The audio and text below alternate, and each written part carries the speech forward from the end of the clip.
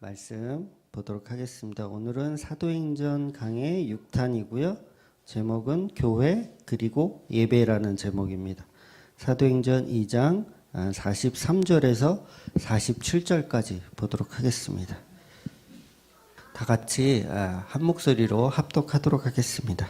시작. 사람마다 두려워하는데 사도들로 말미암아 기사와 표적이 많이 나타나니 믿는 사람이 다 함께 있어 모든 물건을 서로 통용하고 또 재산과 소유를 팔아 각 사람의 필요에 따라 나눠주고 날마다 마음을 같이하여 성전에 모이기를 힘쓰고 집에서 떡을 떼며 기쁨과 순전한 마음으로 음식을 먹고 하나님을 찬미하며 또 온 백성에게 칭송을 받으니 주께서 구원받는 사람을 날마다 더하게 하시니라.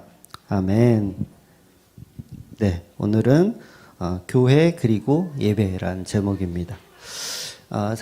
사도행전에서 이제 초대교회의 모습이 이제 보이죠. 오늘이 그 사도교회의 어떤 출발의 모습을 우리가 본문에서 이제 찾아볼 수가 있습니다. 그래서 이 장에서 이제 성령 받은 이후에 제대로 된 이제 교회의 모습을 보고 있는 거예요. 그동안 이제 예수님을 따르던 사도들도 교회이긴 하지만 뭔가 부족해요. 뭐가 부족하죠? 성령을 아직 안 받은 상태였고 지금은 이제 이 장에 와서 이제 온전한 하나님의 성령을 받고 성령을 받으면 이제 그 모습이 이제 교회의 모습이 이제 시작이 되는 겁니다. 그래서 모범적인 교회의 모습이 이제 출발을 하는 거죠. 그래서 우리는 어쩌면 이 모습을 지향해야 돼요. 사도행전에 나와 있는 이 초대교회의 모습을 우리가 닮아가려고 노력해야 되고 그 모습을 찾아가는 게 사실 중요합니다. 그러니까 지금 우리들의 교회들 모습을 보면 약간 좀 다른 형태로 다른 모습으로 많이 와 있는 거예요. 그러니까 우리는 사실은 성경 속으로 다시 그 초대교회 선배들의 모습으로 가야 되는 거예요. 근데 그게 어떤 행위나 어떤 율법적인 게 아니라 그 마음이 그 초대교회의 마음과 일치하는 모습으로 가는 게 가장 바람직한 교회라고 생각합니다.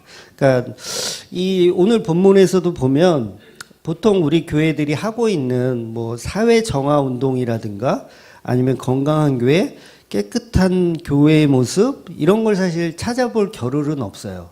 오늘 본문에 보면 그런 뭐 사회 정화 운동 같은 그런 겨를을 전혀 볼 수가 없습니다. 그냥 성령 받고 죄가 무엇인지 깨달은 사람들이 그냥 표현할 수 있는 그런 단순한 것들만 사실 표현되어 있어요. 그래서 주맘교회도 사실 그런 방향성을 가지고 가야 하는 게 맞습니다. 그래서 여기에 보면 어떤 높고 낮음도 없고 어떤 빈부의 격차도 없고 또 건강한 사람 또 연약한 사람 뭐 정상적인 사람 뭐 이런 개념도 없고 뭐 누가 더 많이 배웠으며 누가 덜 배웠으며 이런 것도 없어요. 그냥 주 안에서 모두 하나된 모습입니다. 오히려 있는 자는 없는 자에게 나눠주고 또 많이 배운 자는 못 배운 자들한테 나누어주고 그런 모습이 이 초대교회의 지금 모습인 거죠. 그러니까 우리가 가야 할 방향을 정확히 제시하고 있는 거죠. 그래서 다시 한번 강조드리지만 구원에 있어서 인간의 노력은 사실 아무것도 없는 거예요. 그러니까 교회를 만드는 것은 우리의 힘과 능력이 아니고 오직 하나님의 선물인 거죠. 그래서 오직 예수 그리스도의 십자가 은혜로 선물로 우리는 다 구원을 받은 사람들입니다. 그러니까 성령님은 우리한테 예수님을 좀 믿어달라고 이렇게 부탁을 하지 않아요. 예수 좀 믿어줘 제발 부탁이야 이렇게 성령님 우리 마음 가운데 오셔가지고 예수 좀 믿어줘 부탁한다 이런 얘기를 하지 않습니다. 그래서 복음서를 제외한 어떤 성경의 그 이제 서신서들 있잖아요. 서신서들 이렇게 보면 믿지 않는 자들에겐 사실 전혀 필요 없는 책이에요. 믿지 않는 분들은 서신서를 읽어봐야 소용이 없습니다, 사실. 그거 뭐 바울의 서신서 뭐 베드로의 글 뭐 이런 거 다 읽어봐야 전부 행위로 이해해요. 행위. 그래서 예수 그리스도의 은혜로 보지 않고 전부 행위. 거기서 또 윤리나 도덕적인 것을 또 끄집어내서 그것들로 어떤 지침서로 삼는 거죠. 근데 사실은 성경을 그렇게 보면 전혀 의미가 없는 거예요. 그래서 믿지 않는 자들은 사실 성경을 봐도 소용이 없습니다. 거기에 예수 그리스도를 발견할 수가 없어요. 그러니까 예수님은 십자가에 죽으시고 믿을 사람만 구원받아라 라고 하면 여러분 몇 명이나 구원받을까요? 예수님 십자가에 죽으셨어요. 그리고 이제 자 믿을 사람 이제 손들어. 이제 믿을 사람 이제 나한테 나와봐. 그럼 몇 명이나 나올까? 성경을 토대로 해서 단언하건대 한 명도 없을 겁니다. 한 명도 없을 거예요. 그러니까 구원의 결정을 여러분들에게 다 줘. 구원의 결정을. 예수님은 십자가에 그냥 죽기만 하고 구원받을 사람만 구원받아라 하고 여러분들에게 구원의 결정을 다 주면 한 사람도 구원받는 사람 없어요. 그러니까 이미 구약을 통해서 인간의 죄성은 우리가 다 봤잖아요. 그러니까 노아의 시대 때도 보면 몇 명이 하나님을 믿어요? 사실 아무도 안 믿은 거예요. 아무도 안 믿는. 그러니까 창세기 6장에 보면 뭐 네피림이란 단어도 나오고요. 그다음에 하나님의 아들들이란 표현까지 나와요. 그 당시 이제 추정하기는 수십억의 인구가 있었을 것으로 추정을 해요. 근데 아무도 안 믿었어요. 네. 하나님 믿는 사람이 없었어요. 이 엄청난 사건을 우리는 구약의 역사를 통해서 봤죠. 네. 그래서 인간은 스스로 선해질 수도 없고 죄를 해결할 능력도 없습니다. 그러니까 구원은 오직 하나님의 은혜이고 너희는 전적으로 타락할 수밖에 없는 존재임을 말씀하고 계세요. 그러니까 노아도 하나님의 은혜를 주셨기 때문에 믿을 수 있었던 거예요. 자기가 어떤 구원의 결정권을 자기가 가진 게 아니라 하나님이 사실은 전부 다 노아의 홍수에 다 죽어야 하는데 특별히 8식구만 그냥 하나님이 선택해서 살려주신 거지 그 선택도 자기가 한 게 아닌 거죠. 그러니까 우리 인간은 구원의 주권을 인간들에게 돌려주면 믿을 수 있는 사람은 아무도 없는 거예요. 그러니까 여러분도 마찬가지예요. 하나님의 은혜가 있었으니까 믿은 거예요. 여러분이 이렇게 나는 그래도 지적이고 나는 현명해서 이렇게 잘 판단해서 예수를 믿은 게 아닌 거예요. 다 하나님의 은혜를 주셨기 때문에 믿은 거죠. 그래서 인간은 하나님이라는 우상을 만들어서 하나님을 믿는 척 흉내는 낼 수 있지만 절대 스스로 하나님을 믿을 수가 없습니다. 절대 인간은 하나님의 개입 없이는 예수 그리스도를 믿을 수가 없어요. 그래서 저와 여러분은 이것을 항상 깨달아야 돼요. 항상 알아야 돼요. 그래서 다른 교파에서는 그런 분들 있잖아요. 믿을 거야, 안 믿을 거야. 이렇게 해서. 그거 아니에요. 그러니까 로마서 3장 10절에 보면 기록된 바 의인은 없나니 하나도 없다라고 말씀하고 계세요. 그러니까 예수님께서 십자가에 피 흘려서 죽으셨어요. 그죠? 맞죠? 죽으셨어요. 근데 믿는 자가 아무도 없어요. 그럼 예수님 뭐 하신 거예요, 지금? 생쇼 하신 거예요. 믿는 자가 아무도 없어. 그러니까 성부 하나님이 계획을 하시고 예수님이 십자가에 성취를 하시고 성령님이 이제 누가 예수를 믿나 이렇게 찾아다녀. 그러니까 찾아다니는 거야. 예. 그들의 교리로 따지자면. 근데 보니 찾아다니는데 아무도 예수를 안 믿어. 그러면 성부 성자 세 분의 삼위격 하나님이 서로 보면서 띠로리 야 우리 이거 구원의 성취 계획을 다 했는데 아무도 안 믿네. 우리 어떡하냐? 띠로리 얼마나 민망하시겠어요. 그걸 교리라고 믿고 있는 사람들이 이상한 거 아닙니까? 하나님이 미쳤어요. 그런 인간들에게 구원의 주권을 넘겨주고 그 어마어마한 구원의 사역을 하시게? 아무도 안 믿는데 그걸 왜 성취하고 십자가에 달리시고 적용하시고 그걸 왜 하시겠어요? 그러니까 그럴 일은 없는 거예요. 하나님께서는 이미 태초부터 정해진 교회를 위해 그 사역을 하신 거예요. 그걸 재창조라고 하시는 것입니다. 그래서 버려진 쓰레기들 이렇게 주워다가 재활용하는 개념이 아니에요. 여러분 잘 이해하셔야 돼요. 그러니까 쓰레기들 이렇게 주섬주섬 해가지고 재활용하는 게 아니라 전부 재창조되는 거예요. 다시 창조되는 거. 그걸 이제 예수님께서는 거듭남이라고 표현하신 거듭남. 거듭남이 뭐예요? 다시 태어나는 거잖아요. 다시 태어나는 거. 새롭게 태어나는 거. 그러니까 저와 여러분은 예수 십자가로 인해서 새롭게 재창조된 거예요. 또 되는 거고요. 그게 교회인 거예요, 교회.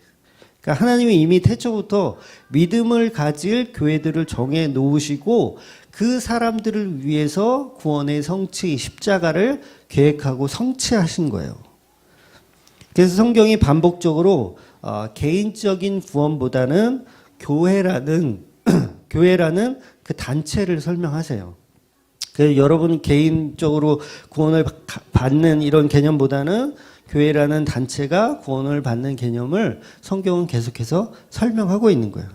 그러니까 하나님의 재창조 사역은 결국 교회인 거예요. 교회. 그러니까 이미 천지창조 이전에 계획하신 것을 실행하고 계신 거죠. 그러니까 그것은 창조라고 하는 거예요. 창조. 무에서 유, 없음에서 있음. 그러니까 여러분이 태어나고 싶어서 태어나신 분. 난 태어나고 싶었어. 나는 한국 땅에 여기 서울에 아니면 파주에 태어나고 싶었어. 태어나신 분 없잖아요. 그러니까 여러분의 의사와 전혀 상관없이 그냥 불가항력적으로 여러분 태어나신 거예요. 전혀 0.01%도 보탠 게 없어요. 여러분은 그냥 내 의지와 상관없이 그냥 태어난 거. 그걸 뭐라 그래요? 창조라고 하는 거예요. 창조. 피조물의 의견을 따지고 묻지도 않아요. 창조는 그냥 만들어 놓는 거예요. 그러니까 교회에 여러분이 앉아 있는 이유는 하나님이 그렇게 창조하신 거예요. 그냥 여러분이 그냥 뭐 태어나고 싶어서 교회 믿고 싶어서 믿은 개념이 아닌 거예요. 그러니까 우리는 그걸 모르니까 그 은혜를 모르니까 교회에 앉아서 우리가 잘났는 줄 알아. 내가 좀 그래도 믿음이 좋지 막 이러면서. 아니에요. 다 하나님이 주셨기 때문에 그 믿음을 여러분들이 지키고 있는 거고 그 신앙을 굳건히 지킬 수 있는 건 오직 하나님의 은혜인 거예요. 그래서 교회는 자신들의 자아를 묵상당하고 거부할 수 없는 불가항력적 은혜로 그냥 재창조되는 거.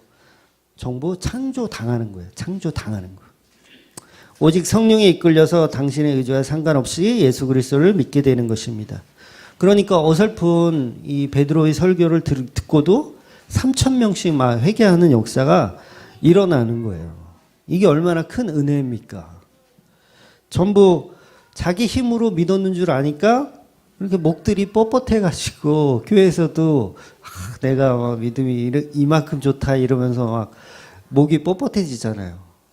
거기다가 또 방언 한번 터져봐 그러면 막 내가 방언을 내가 얼마나 잘하는데 이러면서 목이 뻣뻣해지죠. 전부 이 개념 자체를 모르고 있는 거예요. 교회에서는 자기가 나 이만큼 잘났어요 라고 얘기할 수 있는 존재들이 없어요. 아무도. 그러니까 전부 하나님의 은혜라는 걸 알아야 되는데 모르는 거죠. 그러니까 전부 성령 받고 회개하니 오늘 이제 본문에 보면 이들이 전부 성령 받고 회개하니 기사와 표적이 많이 나타나기 시작을 했습니다. 그리고 또 믿는 사람들이 서로 물건을 통용하고 재산을 팔아 각각 필요에 따라 나누어 주는 장면이 나옵니다. 아주 일시적이지만 진짜 교회의 모습이 이제 나오기 시작하는 거예요. 그러니까 바로 이게 오늘 제목이기도 한 교회라는 거예요. 교회. 그러니까 이때는 대부분의 이제 디아스포라라 그래서 각국에서 모인 사람들이었어요. 그러니까 이 뿔뿔이 흩어져 있었던 그런 유대인들이 이제 이날 뭐예요? 6월절과 그 7.7절, 오순절을 지키기 위해서 여러 지역에서 15개국, 16개국 이런 여러 나라에 있던 유대인들이 이제 모였어요. 모여가지고 이제 하나님의 은혜를 체험하죠. 성령을 받아요. 그리고 회개하는 겁니다. 근데 이 사람들은 대부분 여행 온 사람들이잖아요. 잠깐 동안 여행 온 사람들. 그러니까 이제 물론 이제 돌아갈 사람들은 이제 돌아갔겠지만 그 성령에 받은 그 감동과 은혜가 이게 쉽지 않아 사람도 있을 거 아니에요. 그래서 집에 가기가 싫은 거야. 그래서 이 예루살렘에 그냥 모여 있는 거예요, 계속. 그러다 보니까 어떻게 해요? 이제 이제 먹을 것도 해결해야 되고 이제 여러 가지 생필품도 해결해야 되고 그런데 나는 지금 한 달 정도 뭐 2달 정도 있을 그런 여비만 가지고 왔는데 은혜를 받고 나니까 이게 가기가 싫은 거예요, 집에.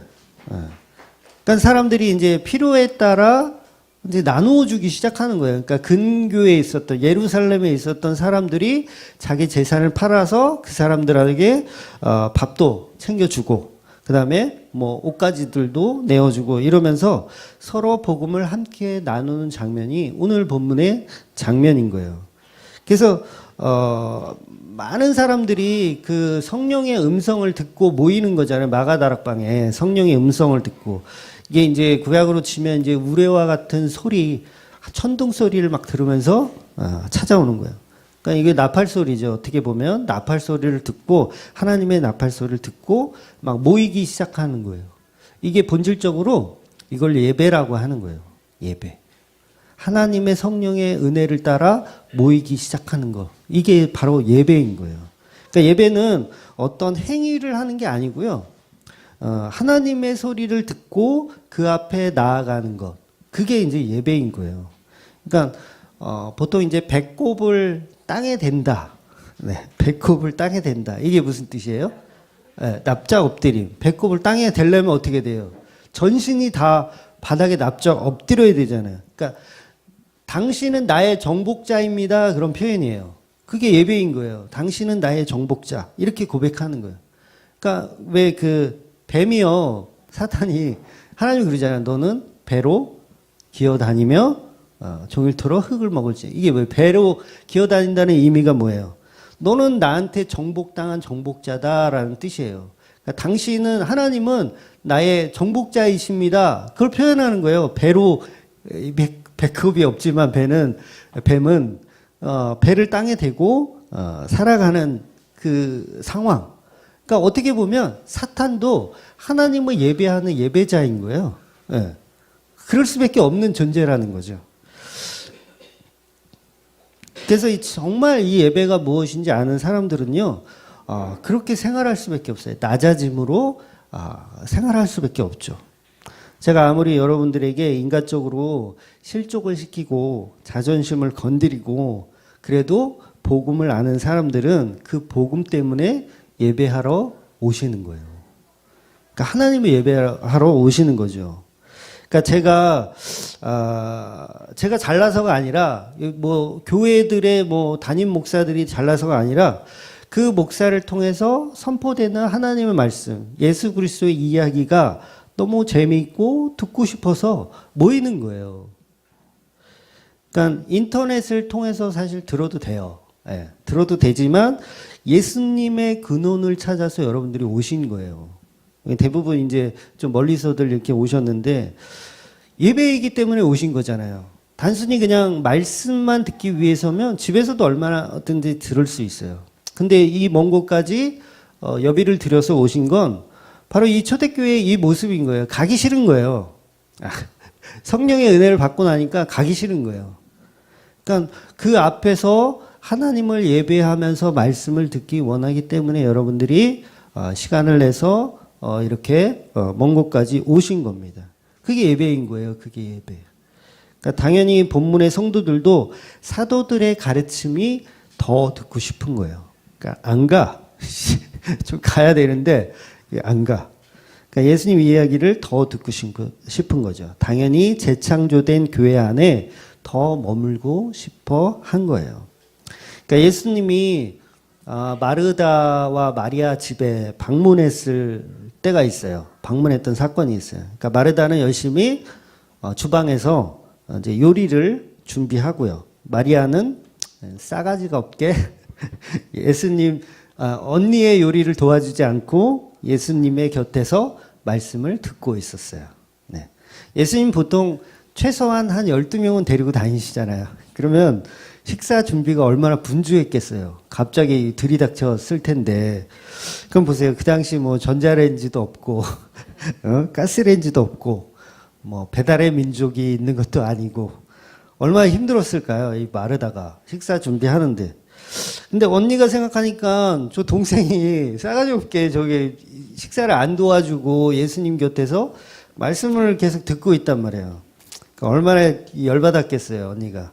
결국 너무 얄미워가지고 예수님한테 이제 뭐라고 막 하는 거예요. 제 동생 좀 혼내서 저 일 좀 같이 도와주게 하라고 얘기를 한 거예요.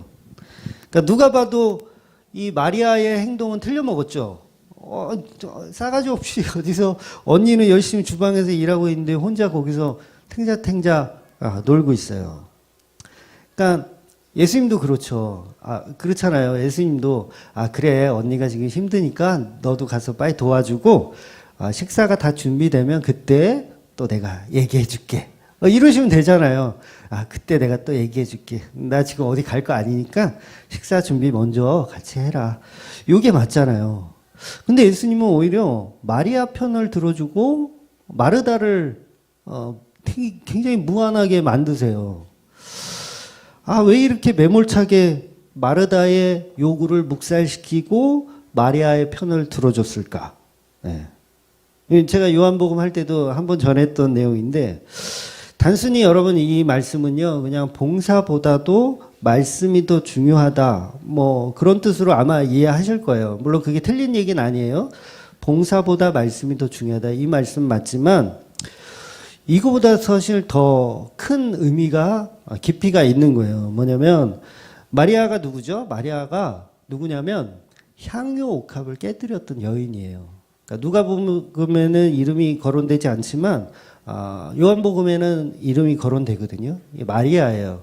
옥합을 깨뜨렸던 여인은 지금 싸가지 없이 음식을 준비 안 하고 예수님 곁에 있던 요 여자가 바로 옥합을 깨뜨린 그 여인이에요. 그러니까 예수님은 십자가에 곧 죽을 거라는 걸 이 마리아는 이미 알고 있었던 거예요. 그러니까 옥합을 깨뜨려서 향유를 머리에 부었다는 게 뭐예요? 이 향유를 붓는다는 건 우리나라로 치면 염하는 거예요, 염. 이 향유를 정상적인 사람한테 부을 필요가 없어요. 염하는 거예요, 염하는 거. 그러니까 마리아는 예수님이 십자가에 죽을 거라는 걸 뭐 본인이 인식했든 아니면 그게 성령님의 이끄심이든 아니면 성경을 쓰기 위해서 성령님께서 강압적으로 하셨던 그 정황은 저도 잘 모르겠어요. 하지만 이 말씀의 정황상 보면 마리아는 예수님의 죽음을 뭐예요? 예표하고 있는 거예요. 예표. 이제 곧 죽으시겠구나. 곧 염해야 되겠구나. 이걸 예표해서 향유 옥합을 예수님께 부었던 인물이에요. 그러니까 그 간절함이 너무너무 큰 거예요. 그러니까 여러분 이 신앙생활을 하는데 옆 사람이 좀 자꾸 도와달라고 막 하고 그러면 여러분 안 도와줄 사람 없잖아요. 근데 지금 이 마리아의 상황은 옆에 뒤에 앞뒤 볼 상황이 아니었던 거예요. 그러니까 완전히 십자가에 미쳐 있었던 상황인 거예요. 이 마리아는. 그러니까 마리아는 그 예수님의 말씀, 그 십자가 복음 때문에 지금 정신이 없는 거예요. 싸가지가 없는 게 아니라 그것밖에 지금 볼 수가 없는 거예요. 내가. 그러니까 당연히 언니를 도와줘서 식사 준비를 같이 해야 하는 게 도리지만 마리아에겐 그런 여유조차도 없는 상황인 거예요. 지금 밥하는 게 중요하냐? 이거예요. 쉽게 얘기하면 지금 밥하는 게 중요하냐? 청소하는 게 중요하냐?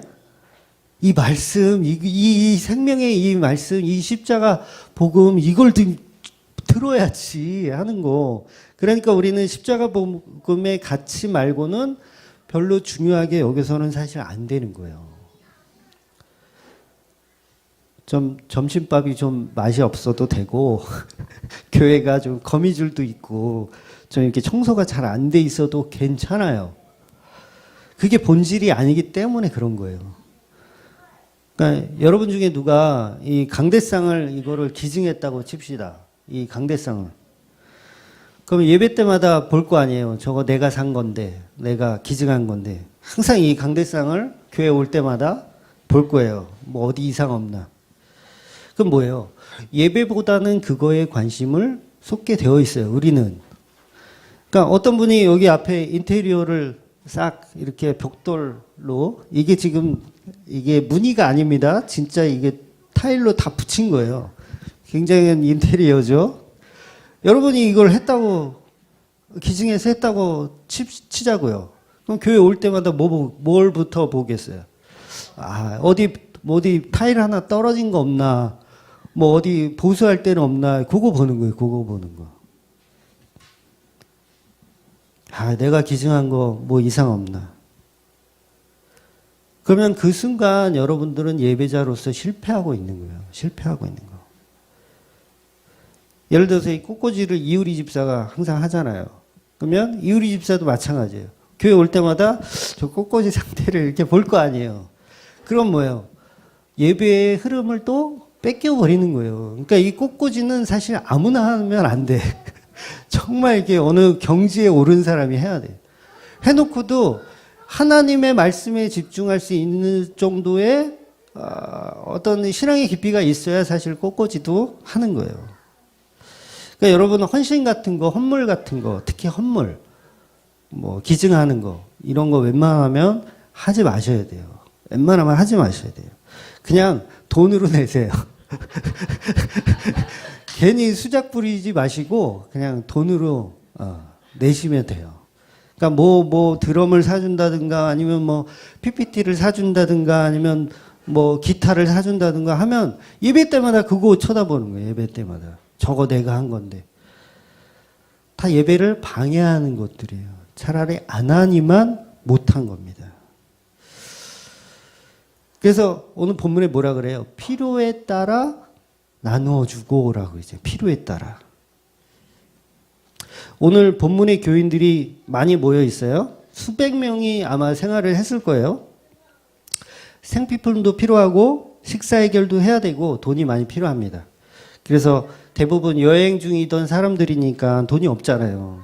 뭐 이렇게 카드로 뭐 긁을 수도 없고 뭐 현금 서비스가 있는 것도 아니고 안 돼요. 그러니까 재산을 팔아서 그것을 메꾸는 거예요. 생필품을 메꾸는 거예요.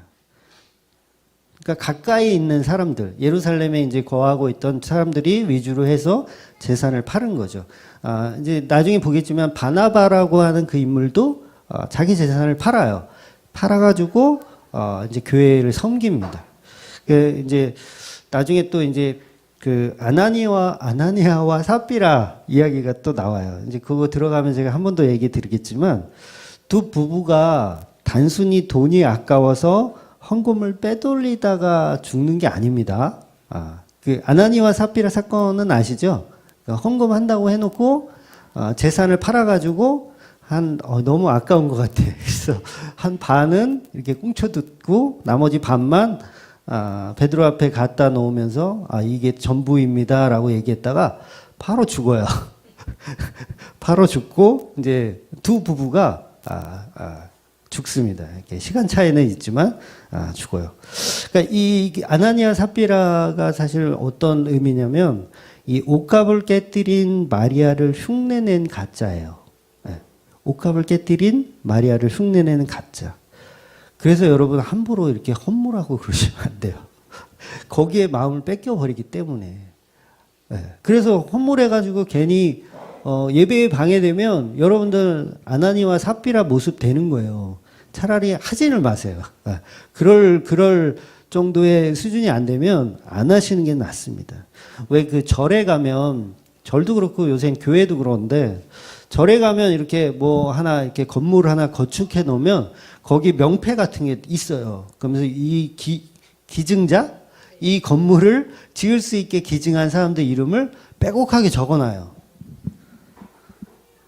그런 짓을 하지 말라는 거예요. 교회에서는 그런 짓을 하면 안 되는 거예요. 그러니까 무슨 말인지 조금 더 제가 쉽게 설명드리면, 제가 기도하기를, 하나님 앞에 기도하기를, 하나님, 이번 주에 제가 설교를 온 힘과 정성과 기도를 통해서 열심히 정말 준비했습니다. 하나님께 맡겨드리오니 오늘 설교가 잘 될 수 있도록 주님 도와주시옵소서. 내가 얼마나 이 설교를 위해 일주일 동안 노력과 헌신을 기울였는지 하나님 아시지요? 막 이랬단 말이에요. 그럼 뭐예요, 이게? 이게 아나니아와 삽비라라는 거예요. 아나니아와 삽비라. 그러니까 사실 개수작이거든요, 이게.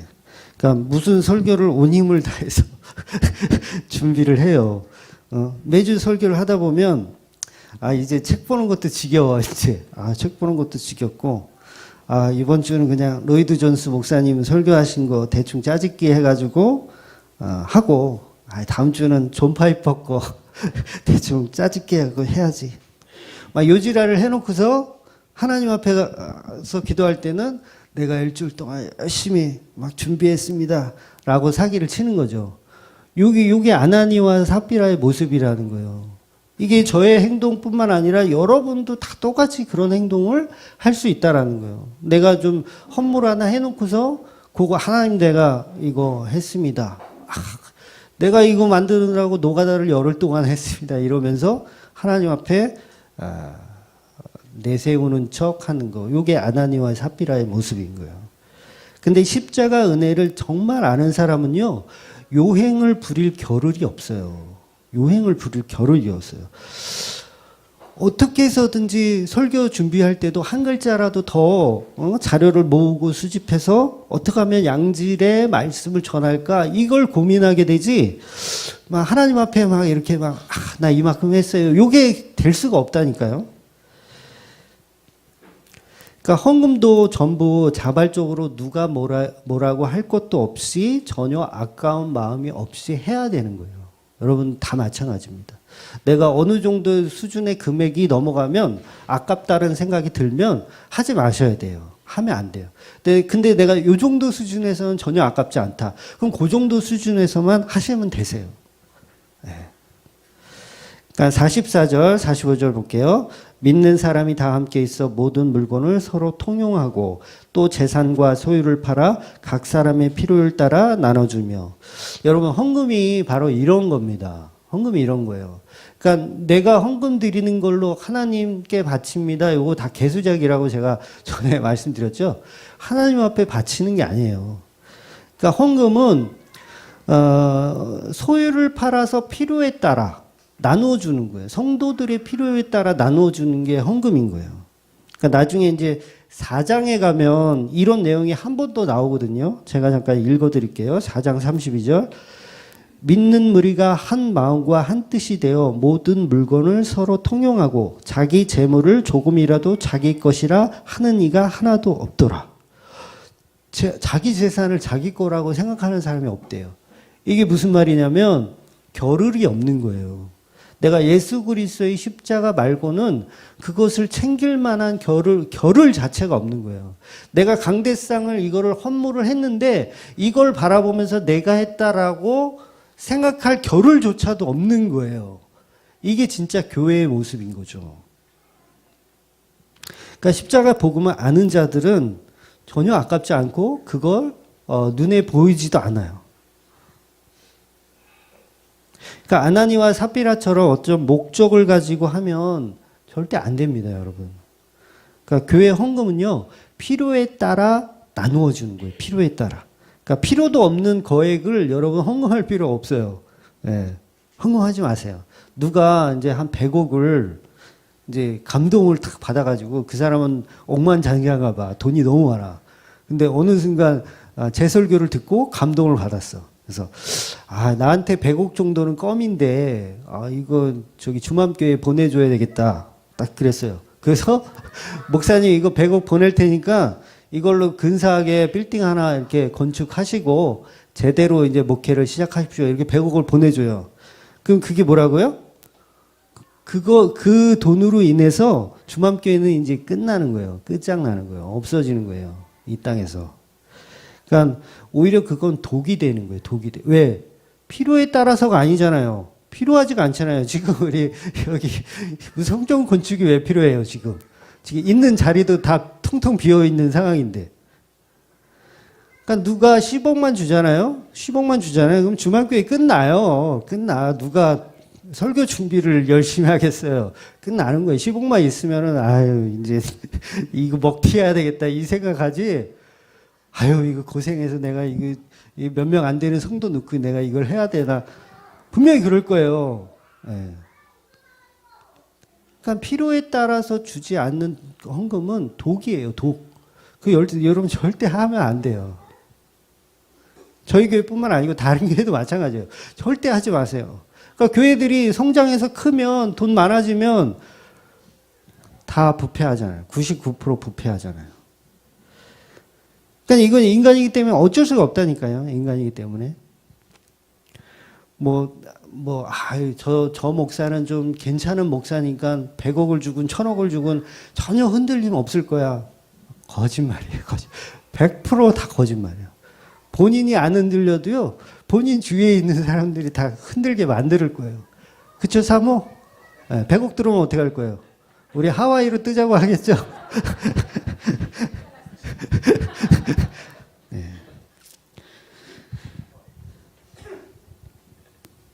저는 개인적으로 이 담임 목사의 급여는요, 이 사회가 정한 그 최저임금 있잖아요. 저는 그거 받아야 된다고 생각해요. 사회가 정해준 최저임금. 그거를 받고, 사역을 해야 된다고 생각해요. 개인적인 거예요.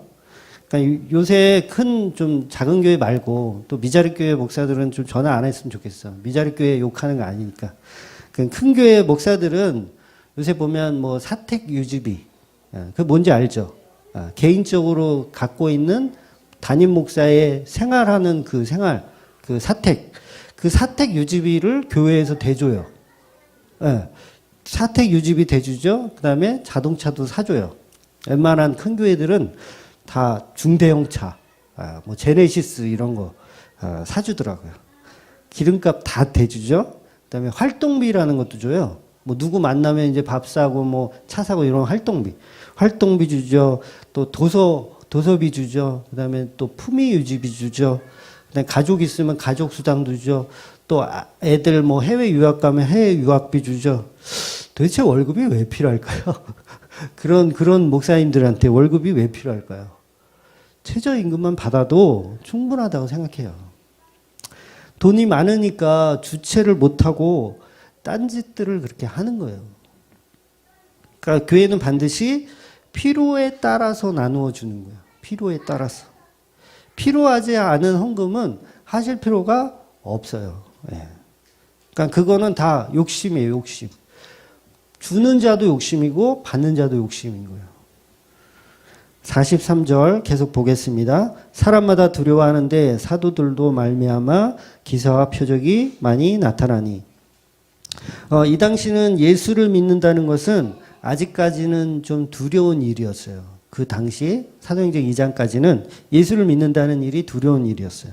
왜냐하면 요한복음 9장 22절에 보면 제가 읽어드릴게요. 그 부모가 이렇게 말한 것은 이미 유대인들이 누구든지 예수를 그리스도로 시인하는 자는 출교하기로 결의하였으므로 그들을 무서워함이로라.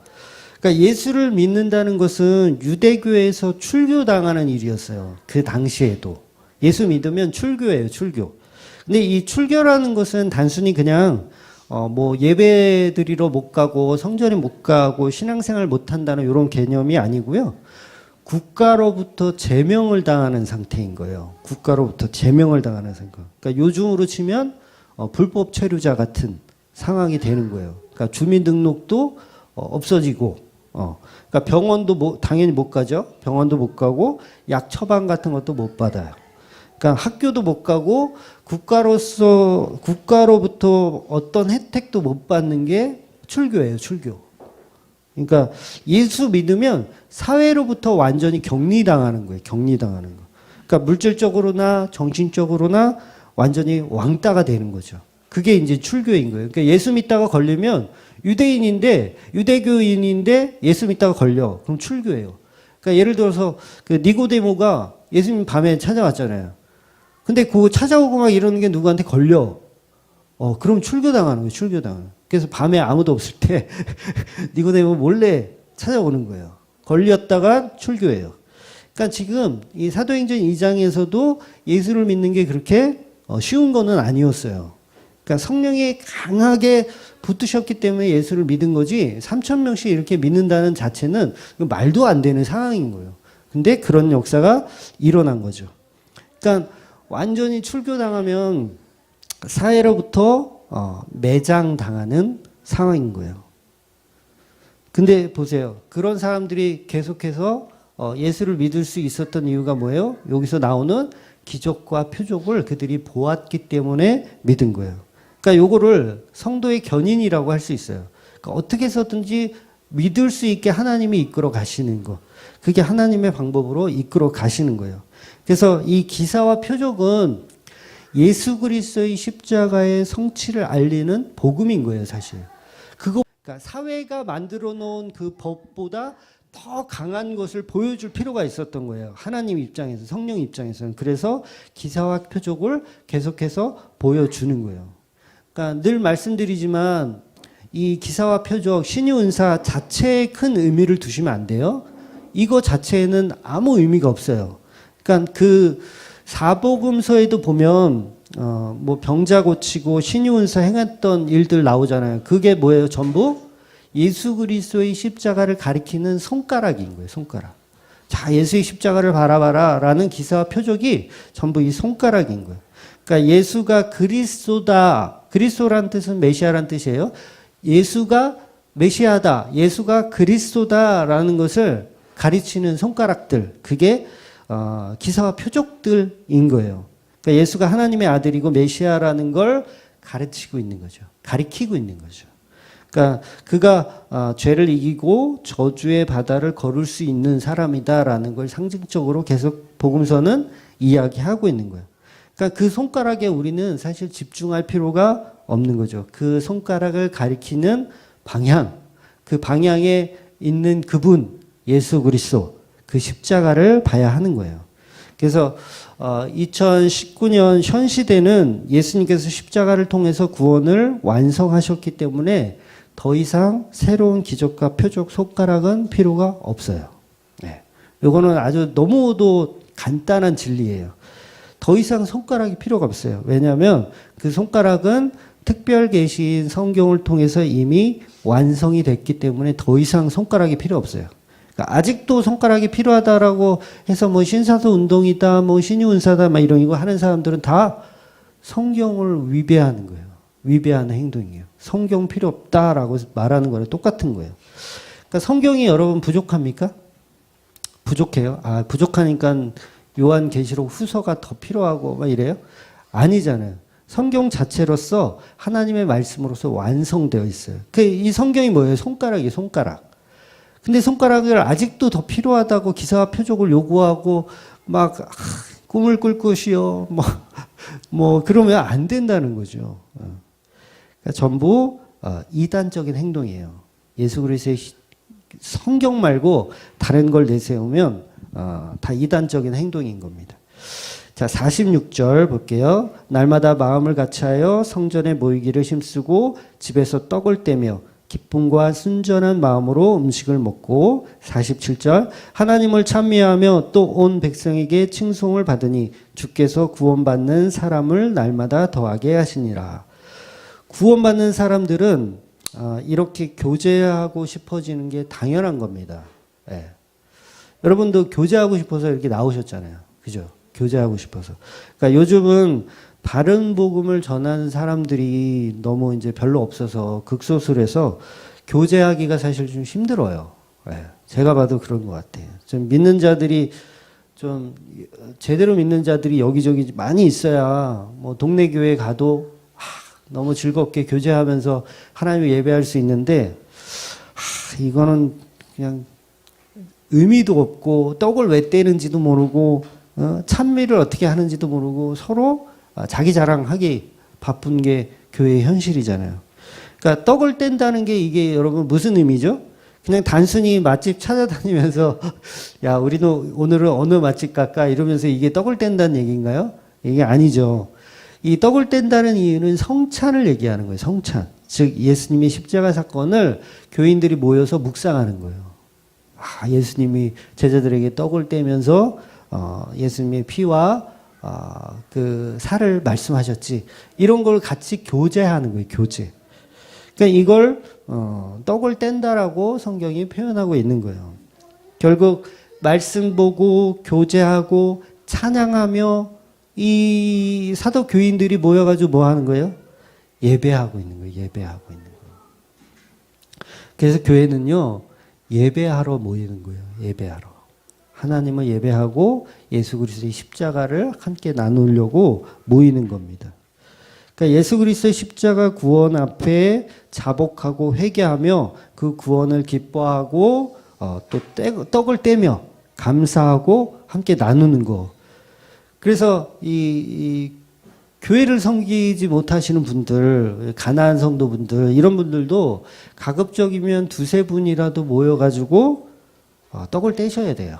네, 떡을 떼셔야 돼요. 예수 그리스도의 십자가를 같이 묵상하라는 거예요. 이게 성찬식을 하라는 얘기가 아니라 같이 식사 교제하면서 또 예수님의 십자가를 함께 묵상해야 한다는 거예요. 두세 사람이라도. 그러니까 요새는 너무 안타깝죠. 가난한 성도들. 두세 분이라도 모여서 찬양하며 교제해서 교회로 만들어 가야 돼요. 그냥 집에서 유튜브 말씀 보고 나는 이걸로 충분해 라고 생각하시면 안 되세요. 예. 그러니까 모든 사도들의 가르침은 그 방향성이 사실 똑같아요. 방향성이. 그래서 사도행전 끝까지 읽어보시면 아시겠지만 사도들의 가르침이 거의 예수 그리스도로 일관되게 통일됩니다. 그래서 심지어는 사도가 아닌 집사들까지도 그 방향성이 똑같아요. 일치해요. 그러니까 뭐 스테반 집사나 빌립 집사나 이런 사람들의 가르침도 거의 사도들과 거의 흡사합니다. 그러니까 방향성이 똑같아요. 똑같은 예수를 전하고요. 똑같은 교회를 말해요. 네. 그래서 사도들의 가르침을 따라 바른 복음을 전하는 목사들, 설교의 방향이 똑같은 게 사실은 당연한 거예요. 오히려 당연한 거예요. 근데 요즘은 너무 다르더라고요. 설교를 들어봐도 너무 달라요. 그러니까 요즘 제가 그 창원의 이장호 목사님 설교를 제가 공부하고 있어요. 한 작년에 이제 알게 돼서 한 2편 정도만 듣고 사실 안 들었는데 사투리도 좀 심하시고 그래서 안 들었는데 이제 한 2달 됐어요. 보기 시작한 지 한 2달 됐는데 전 정말 놀랐어요. 방향성 때문에 놀란 거예요. 방향성 때문에.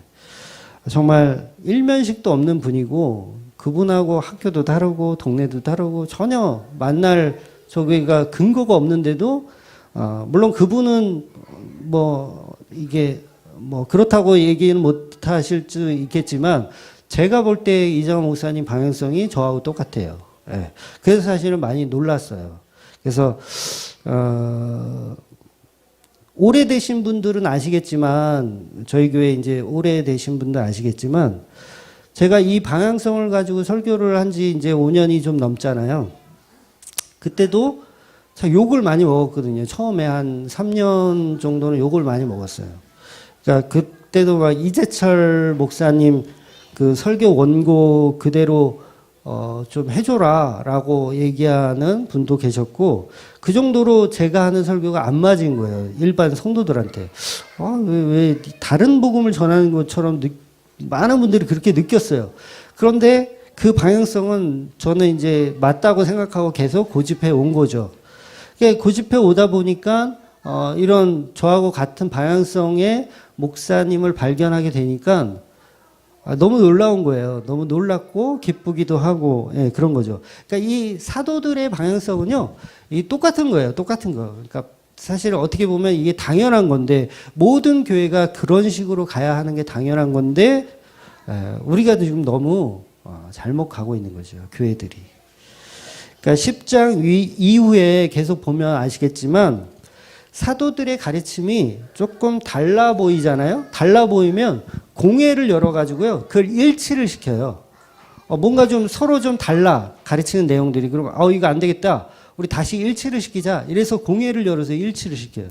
이게 역사적으로 계속 그래 왔어요. 이게 사도행전에만 그런 게 아니라 역사적으로 이제 우리가 왜 그런 거 있잖아요. 뭐 사도신경 같은 게 어디서 나와요?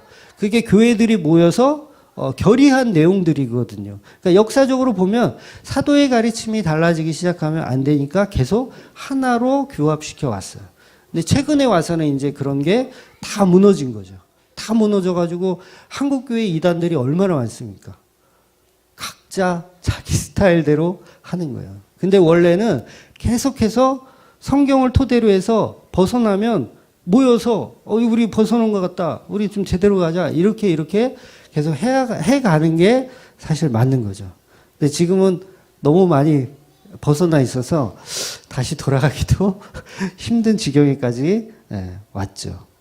그러니까 너무 가짜들이 많아서 헷갈리는 거예요. 이제는 무엇이 진리인지 무엇이 바른 복음인지 이제 모르는 시기가 온 거예요. 그래서 특이해지고 이혜원 목사 설교 이단 같다, 특이하다라는 소리를 계속 듣는 겁니다. 그러니까 성령이 이끄신 교회는 방향성이 똑같을 수밖에 없어요. 왜? 성령이 주시는 대로 하니까 똑같을 수밖에 없죠. 전부 예수가 주인이 아니고 자기들이 만들어 놓은 교회를 하려니까 중구난방 막 그냥 이단들이 막 판을 치는 게 한국 교회의 모습인 거예요. 전부 예수 십자가가 아니고 담임 목사가 왕이 되어 있어요. 지금 교회가 그렇습니다. 결국 그 왕이 교주가 되고 그 교주가 결국은 이단이 되는 거죠. 그러니까 사도 바울은 고린도에서 그런 말을 들었어요. 너가 정말 사도냐? 사도 바울한테 고린도에 갔을 때 너가 정말 사도냐? 이런 얘기까지 들었어요. 사도 바울이. 어땠을까요? 어디서. 근데 바울이 이렇게 말해요. 나는 사도 중에 지극히 작은 자라. 나는 교회를 핍박하였으며 사도라 칭함을 받기도 감당치 못할 놈이다. 이렇게 얘기해요. 너무 멋있지 않아요? 누가 저한테 네가 목사냐? 그랬으면 저는 목사라고 불리기도 감당치 못할 막 이래야 되는데 어디서 나한테 저는 그럴 거예요. 저는 사도 바울만큼은 안 되는 것 같아요.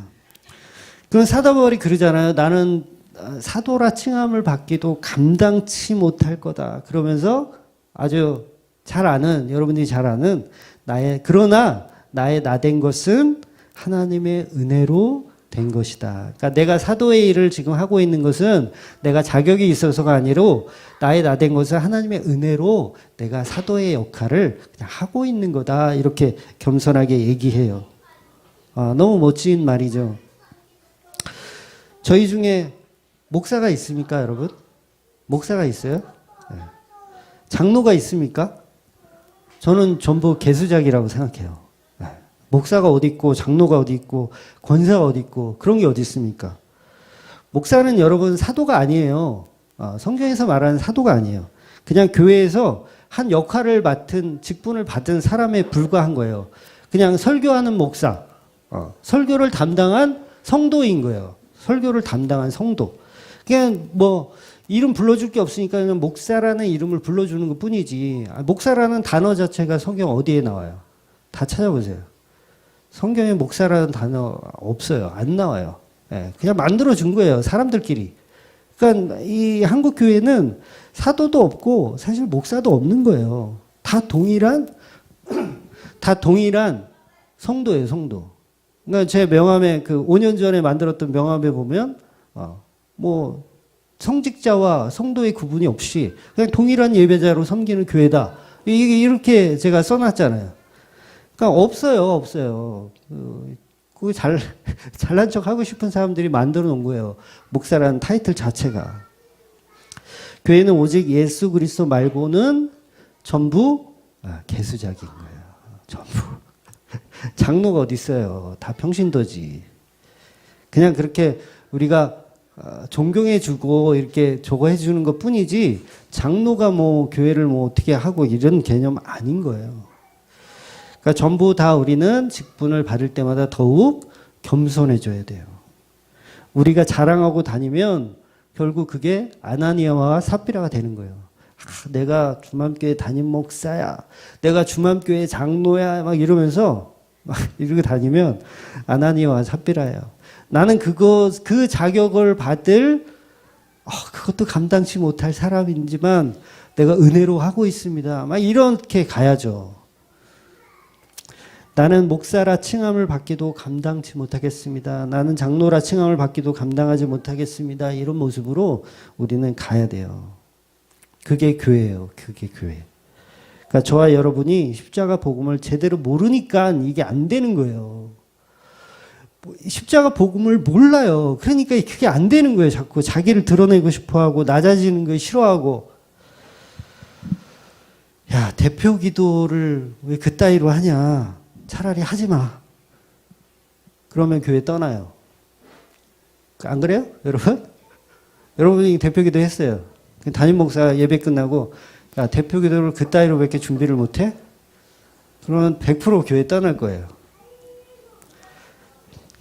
저희 아버지가 저희 어머니 대표 기도를 전에 했었어요. 야, 대표 기도 그게 뭐냐? 응? 기도를 해야지 왜 질질 짜고 있냐? 그래도 교회를 안 떠나시더라고요. 반찬이 맛이 없다고 막 하잖아요. 그러면 그 반찬 만든 분 교회 떠나요. 우리 교회 말고 다른 교회가 그렇다고. 다른 교회들은 보통 이제 저희 교회 규모만한 데는 반찬을 서로 이제 조금씩 해오잖아요. 뭐 이렇게 구역별로 해오면 오늘 부추 이게 왜 이렇게 맛이 없어? 막 이러면 그 얘기 듣고 실족해서 교회 안 나와요. 교회 청소 이제 담당하신 분이 교회 청소를 다 하고 갔는데 그 다음날 주일날 왔는데 막 여기저기 거미줄도 있고 청소가 잘 안 돼 있어. 요번 주 담당 누구였어? 청소가 이게 뭐야? 그 얘기 듣고 또 실족해서 교회 안 나와요. 꼿꼿이가 이게 뭐야? 지난주에 했던 것도 올려놓고 그건 뭐예요? 또 실족해서 교회 안 나와요. 여러분 이게 맞는 건가요? 맞는 행동들인가요? 그러니까 전부 뭐예요? 예수 그리스도의 십자가에 달려서 피비린내 나는 그 진동을 전혀 느끼지 못한 사람들이 그런 일로 교회를 떠나는 거예요. 자기가 자랑하고 자기가 봉사하고 자기의 입지를 이렇게 하고 싶은데 그게 묵살당하고 막 그러면 이제 마음이 안 좋아지고 교회를 떠나는 거죠. 그런데 그 복음 때문에 아무것도 보이지 않아야 돼요. 우리는 그 십자가, 예수 그리스도의 십자가에 달려서 피를 뚝뚝 흘리고 계신데 그 밑에서 우리는 우리의 직분을 논하고 우리의 어떤 가치를 논하고 교회에서 우리의 입지를 논하고 이러고 있으면 그 사람 복음 아는 사람이라고 말할 수 있어요? 복음 모르는 사람들인 거예요. 그 사람들은. 그 십자가 때문에 아깝지 않게 필요를 따라 나누어 주는 것. 내가 가지고 있던 사회적 지위, 부, 명예 전부 교회 안에서는 던져지고 낮아지고 버려지는 거예요. 그래서 교회를 이루어가는 겁니다. 그러니까 전부 교회에서는 대장 되려고 하잖아요. 서로 싸움하면 이기려고 그러고 대장 달라고. 남자분들은 잘 아시죠? 중학생들이 싸움 많이 할까요? 고등학생들이 싸움 많이 할까요? 중학생들이 훨씬 싸움을 많이 해요.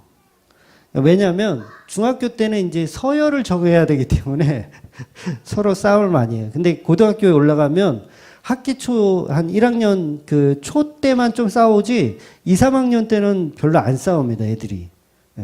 뭐 개인적인 견해이긴 하지만 별로 안 싸워요. 싸우는 게 아니라 그때는 서열이 정해져 있기 때문에 일방적으로 이제 쳐맞는 거죠, 그냥.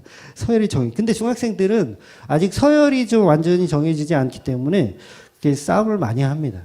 그래서 싸움 구경 이렇게 하고 싶으면 중간에서 이간질하면 돼요. 그래서 아주 쉬워요. 친구 영규한테 찾아가서, 영규야, 야, 재영이가 너 이긴대. 야, 재영이가 너 껌이라는데 너는? 이렇게 얘기하고 또 재영이한테 찾아가서 야, 재영아, 영규가 그러는데 영규가 너 이긴대. 너 아주 껌이라는데? 그렇게 딱 서로 이간질 시켜놓잖아요. 그러면 100% 수업이 끝나면 둘이 운동장에서 막 싸우고 있어요. 뒹굴면서. 100% 치고받고 싸웁니다. 중학생들은 그래요. 예. 나는 너보다 사회적으로 우월하다. 나는 너보다 힘이 세다. 나는 너보다 강하다. 나는 너보다 직분이 높고 나는 너보다 많다. 많이 가졌다. 막 이런 거 교회에서 없을 것 같죠? 예, 교회에서도 있더라고요. 사회적 지위나 돈이 없으면 요새는 신앙생활도 못하는 시대가 됐어요. 왜? 교회가 그렇게 만들어 놨어요.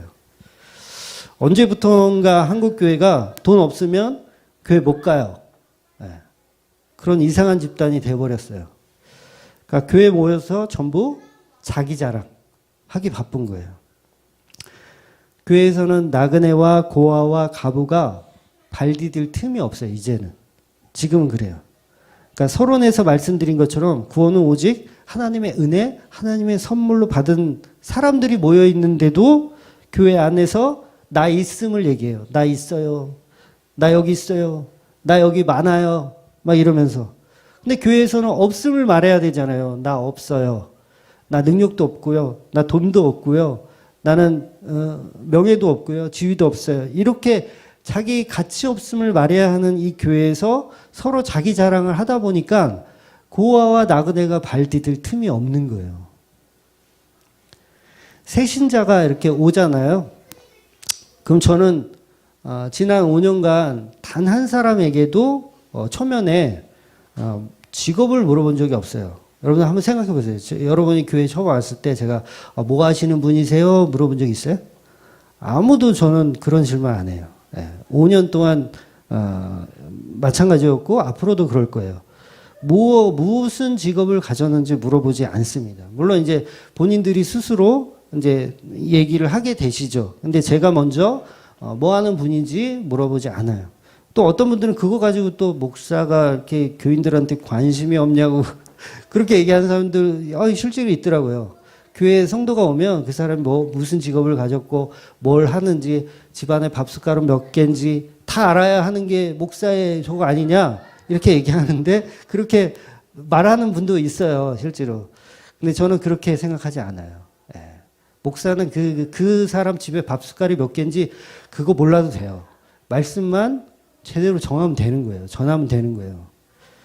그러니까 직업을 물어보지 않아요. 저는. 그러니까 만약에 새신자가 왔는데 직업을 물어봤어요. 근데 우연찮게 그분이 그냥 백수 건달이야. 그러면 직업이 뭐세요? 네. 저 백수 건달입니다. 아이고 잘하셨습니다. 이럴 수 있어요? 국회의원이 예를 들어 왔어. 그럴 일은 없겠지만 검사 판사가 왔어요. 직업을 물어봤어요. 근데 검사래, 판사래. 이거 얼마나 골 때려요. 중학교에 이런 분이 왔어. 얼마나 골 때려요. 얼마나 부담스럽겠어요. 안 그래요? 오히려 제가 눈치를 볼 거예요. 저분이 판사래. 저기 중앙지검 있는 판사래. 검사래. 부담스러워. 금천에 제가 친한 그 노숙자분들이 몇 분 있거든요. 며칠 전에도 한 분을 만났어요. 이분이 크리스찬이거든요. 예수를 잘 믿었던 사람인데 제가 고시원에서 일할 때 이제 노숙자 탈출시켜 드리려고 노숙자인데 탈출시켜 드리려고 몇 번 이렇게 시도한 분이세요. 그러니까 몇 달 동안 먹이고 재우고 하면서 사비를 털어서 투자한 분이세요. 그래서 이분은 술을 먹으면 조현병이 생기세요. 술을 먹으면. 그래서 술을 먹으면 환청과 환각을 들으세요. 술을 먹으면. 그러니까 술을 안 먹으면 아무 이상이 없는데 술을 먹으면 그래요. 그래갖고 막 환청과 환각이 들리면 막 폭력을 쓰세요. 그래서 그 같이 있는 입시자들 방 막 주먹으로 때리고 막 나오라 그러고 왜 나오라 그러는 거야 근데 그게 진짜 들려요. 그 사람은 들린대요. 그게. 들린대요. 그러니까 막 싸우고 그래서 한 두세 달 이렇게 생활하다가 어쩔 수 없이 난동을 부리셔가지고 퇴실을 시킨 분이 있어요. 근데 결국은 이제 노숙자 생활을 다시 노숙자 생활을 하게 되신 거죠. 그래서 너무 위험해서 어쩔 수 없이 퇴직을 시켰는데 며칠 전에 봤어요. 한 일주일 조금 넘은 것 같은데 길에서 만났어요. 근데 여전히 노숙자 생활을 하고 계시더라고요. 그러니까 목욕은 한 몇 달 안 하신 것 같고 옷도 안 빠른 지 한 몇 달 된 것 같고 깨째째 해가지고 계시더라고요. 그래서 만나서 반가웠죠. 반가웠어요. 저는 반가웠어요. 반가웠는데 아직도 노숙자 생활을 하고 있으니까 좀 안타까웠죠. 그래서 요새 생활을 어떻게 하고 계시냐 그랬더니 여기 옆에 큰 교회 있잖아요. 금천에서 제일 큰 교회. 거기 가서 이제 1, 2천 원씩 이렇게 얻어가지고 그거 가지고 편의점 가서 그냥 컵라면 이렇게 사 먹으면서 끼니를 해결하고 있다고 하시더라고요. 그래서 제가 돈을 좀 드리고 싶은데 돈을 드리면 이분이 100% 또 술을 드세요. 술을 듣고 또 이게 난동을 부리고 경찰서에 갔다든가 또 그런 일이 또 생겨요. 그래서 돈을 못 드리고 제가 그랬어요. 주일날 교회 오시라고. 저희 교회에 사실 몇 번 왔었던 분이거든요. 우리 오래되신 분은 아실 거예요. 몇 번 왔었어요.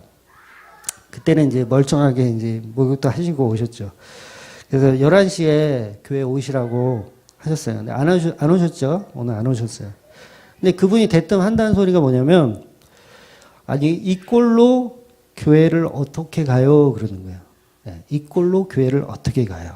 그러니까 교인들에게 미안해서 내가 이 꼴로 어떻게 가요? 그러니까 그분이 술만 안 드시면 그냥 정상적인 분이세요. 네, 술만 안 드시면 정신이 이상한 분이 아니에요. 술만 안 드시면 정상이야. 그러니까 뭐, 이 꼴로 내가 교회를 어떻게 가요? 그러시는 거예요. 아주 훌륭한 생각이죠. 그렇지 않아요? 기특하던데. 훌륭한 생각이잖아요. 그러니까 인간들이 만들어 놓은 윤리나 도덕으로 보면 너무도 기특한 생각이에요. 이 꼴로 교회를 어떻게 가요? 내가 이렇게 목욕도 안 하고 냄새나고 막 이런데 어떻게 교인들이 있는 예배당에 같이 들어가서 예배를 드릴 수가 있어요? 라고 하는 그 모습. 굉장히 현명하고 맞는 말 같아요. 근데 성경은 그 반대의 얘기를 하고 있는 게 문제인 거예요. 저도 그분의 말에 동의를 하지만 성경은 그렇게 얘기하고 있지 않다는 거예요. 그러니까 사복음서만 뒤져봐도 우리가 금방 알 수 있는 게 12년을 혈루병 앓던 여인이 있어요. 그러면 이게 얼마나 그분이 냄새나고 더럽고 피비린내가 났겠어요. 그렇잖아요. 근데 이 썩는 내가 진동하는 그 여인이 예수님의 옷자락을 붙잡기 위해서 그 수많은 무리들을 다 헤쳐서 예수님 손에 옷자락 한번 만지려고 막 이렇게 달려들으세요. 그리고 실제로 예수님의 옷자락을 만져요. 그리고 또 어떤 여인이 있을까요? 수로보니아 여인. 그러니까 우리 딸을 좀 살려주세요. 그러면서 예수님을 찾아가요. 예수님 우리 딸 좀 살려주십시오. 그랬더니 예수님 뭐라 그래요? 직역을 하면 이런 거예요. 야, 이 개 같은 것들이 어디 와가지고 은혜를 강구해 저리 꺼져 라고 얘기했어요. 예수님이. 그랬더니 수르보니아 여인이 맞는 말입니다. 하지만 개들도 주인의 밥상에 떨어진 부스러기는 먹지 않습니까? 라고 고백을 한단 말이에요. 그러니까 성경은 반대의 이야기를 하고 있어요. 그러니까 너의 지금 이 상황이 더럽기 때문에 교회를 나올 수 없다라고 사회는 그렇게 가리키고 그렇게 말해요. 그리고 그렇게 하는 사람을 의인이라고 얘기하고 그렇게 하는 사람을 현명한 사람이라고 얘기해요. 근데 교회는 반대예요. 아니야. 그럼에도 불구하고 너는 은혜를 간구해야 하는 사람이라고 얘기를 한다고요. 전부 복음이 뭔지 모르는 거예요.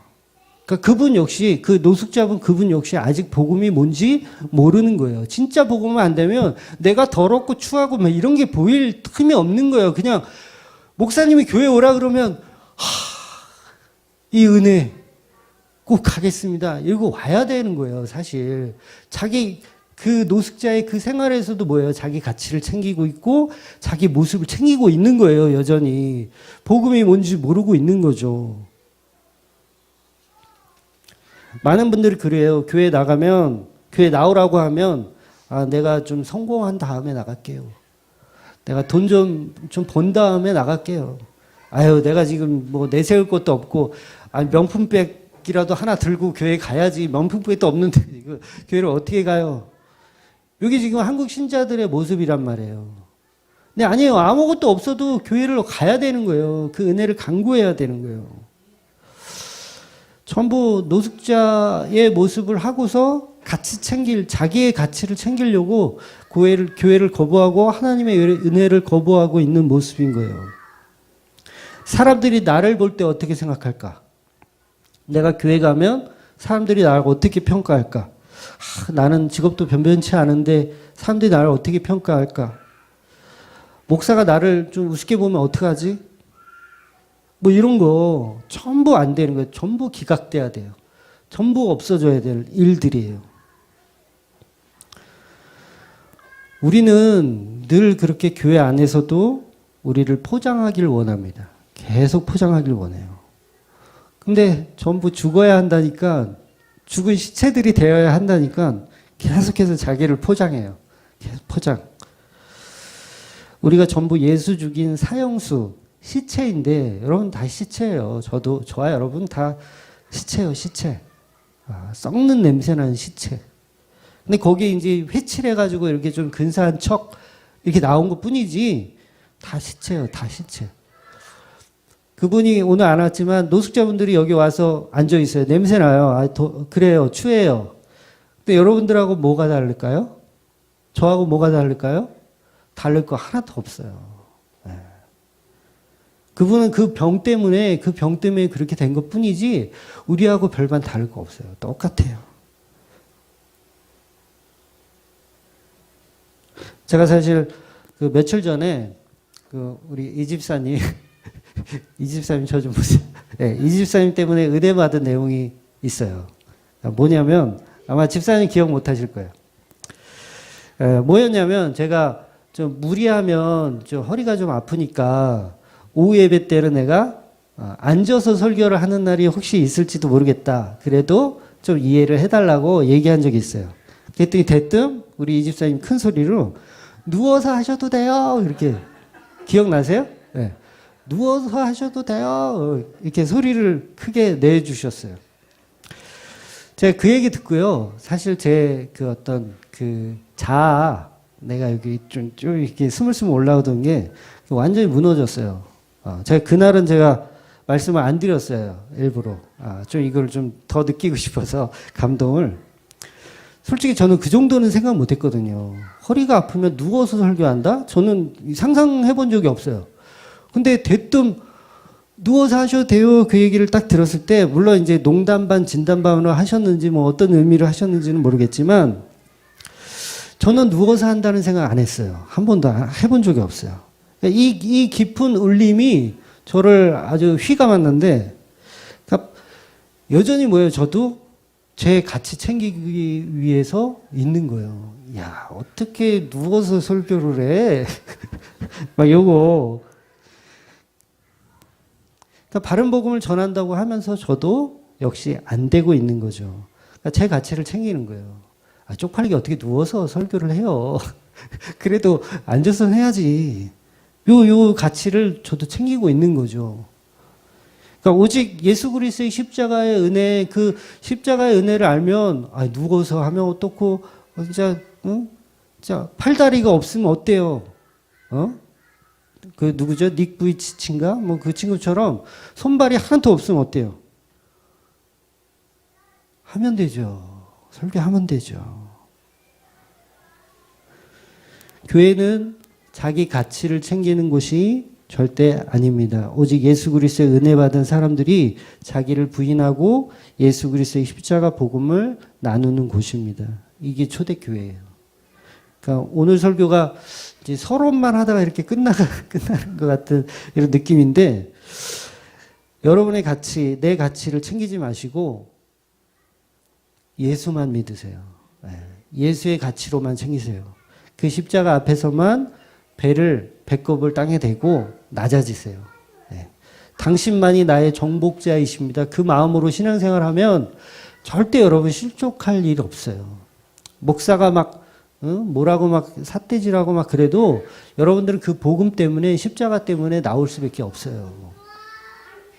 그 마음으로 예배하는 그 마음으로 신앙생활하는 그 고백으로 나아가는 저와 여러분들 되시기를 주의 이름으로 축원드립니다.